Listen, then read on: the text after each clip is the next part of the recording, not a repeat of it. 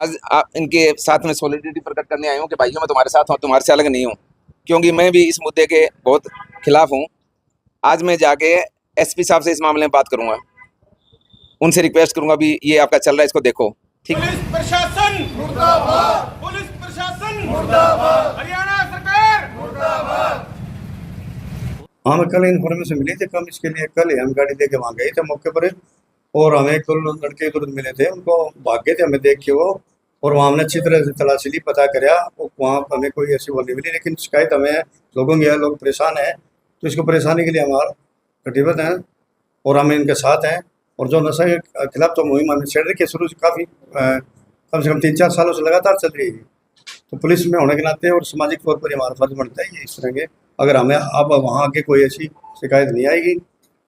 ਨੂੰ ਲੈ ਕੇ ਨਕੋੜਾ ਬਾਜ਼ਾਰ ਦੇ ਜਿਹੜੇ ਦੁਕਾਨਦਾਰ ਆ ਘਰਾਂ ਵਾਲੇ ਉਹਨਾਂ ਧਰਨਾ ਲਾਇਆ ਤੇ ਠੇਕਰੀ ਪਰ ਕੀ करना चाहिए?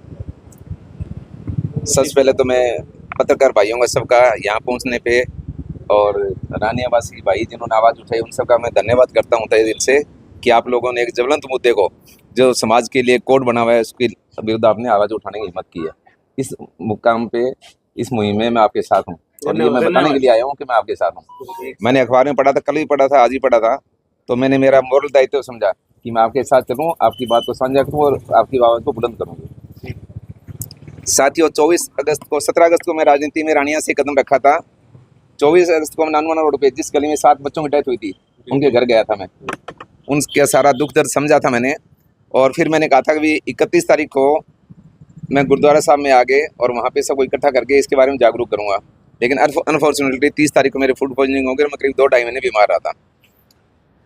अब मैं नए सिरे से दिसंबर से वापस मैंने शुरू किया है, तो मैं जहाँ भी जाता हूँ नशे के खिलाफ जरूर आवाज़ उठाता हूँ।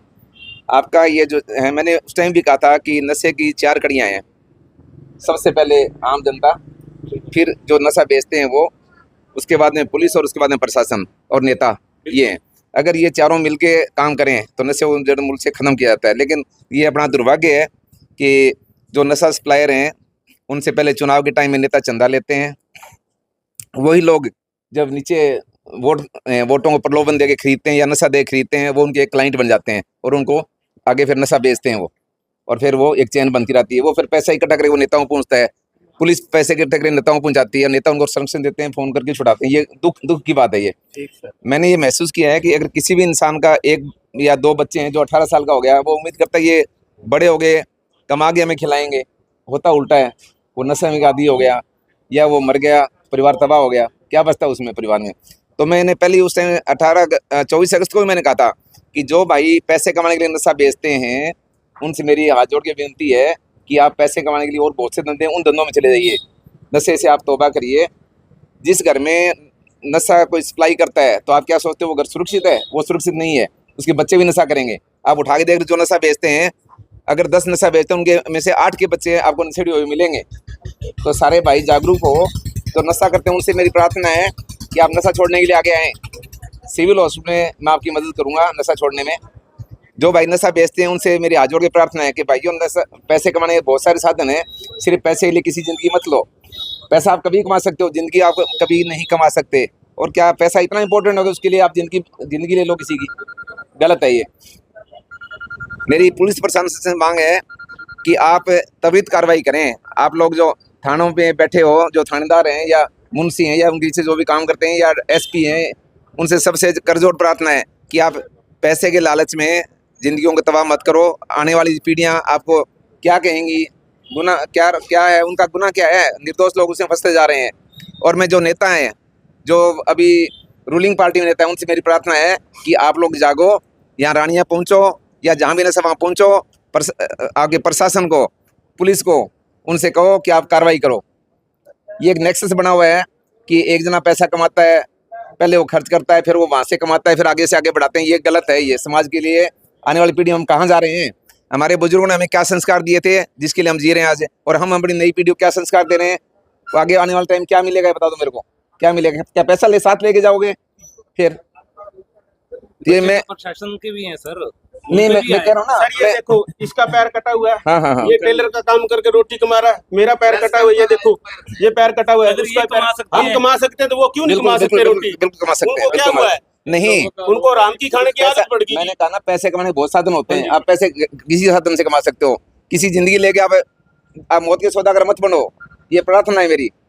डॉक्टर साहब, इन लोगों का आरोप है कि पुलिस प्रशासन इनकी बिल्कुल भी मदद नहीं करता ना। ये बता रहा ना, एक नेक्सस बना हुआ है। आपको आश्चर्य होगा सुन के कि पुलिस के सिपाहियों की सैलरी बड़ी कम रखी जाती है। क्यों रखी जाती है पता है आपको?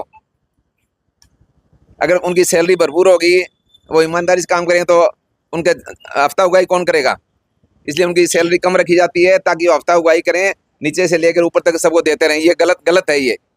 और आपको सबको पता है कि बीच में कोई एक यहाँ एसपी रहे हुए थे, उन्होंने पूरे शहर में अखबारों में छपवा दिया कि देखो नशे के खिलाफ क्या क्या हम कर रहे हैं, और नीचे ग्राउंड लेवल पे क्या था, सब नशा बेच रहे थे। वो यहाँ से कितने करोड़ों रुपए कमा के लेंगे, आपको पता है क्या? नहीं पता।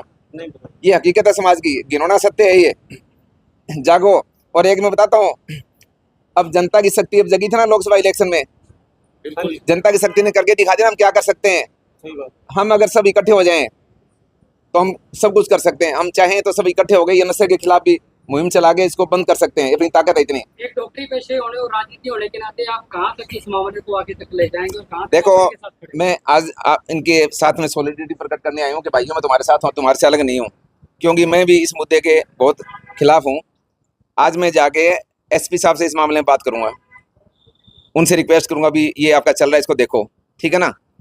और उस लेवल से कुछ नहीं होगा, फिर आगे देखते हैं क्या होता है। मीडिया के भाइयों से मैं ऐसा ये करूंगा, एक हाथ जोड़ के अपील है कि आप इस मुद्दे को जितना हो सकते हैं पॉजिटिव वे में उठाएं, पॉजिटिव वे में उठाएं, लोगों का साथ दें, लोगों की जागृत करें। आपका जो है ना मीडिया, इसमें बहुत बड़ी ताकत है। आपके देखो, आपकी जो आवाज़ है वो बहुत ऊपर तक पहुंचती है और उसका असर भी होता है। तो आप लोग इस आवाज़ को बुलंदी से ऊपर तक पहुंचाएं ताकि हम आने वाली पीढ़ी को सुरक्षित रख सकें और उनमें ऐसे संस्कार डाल सकें जो उससे आगे आने वाली पीढ़ी सुरक्षित रह पाए। जो लोग नशा छोड़ना चाहते हैं उनका कैसे सहयोग करेंगे डॉक्टर साहब? जो नशा छोड़ना चाहते हैं उनको सिविल उसमें डी एडिक्शन सेंटर बना हुआ है, वहाँ पे डॉक्टर हैं, वो बड़ा अच्छा काम कर रहे हैं, उनसे मैं जाके मिलूंगा। अभी जब मैंने 24 अगस्त को मरानी आया था, उस टाइम 2 बच्चों को मैंने वहाँ से लिया था ननवान रोड से, और लेके उनको दोनों सिविल उसमें ले जाके वहाँ इलाज कराया था। और उम्मीद है शायद अब उन दोनों से छोड़ रखा होगा नशा।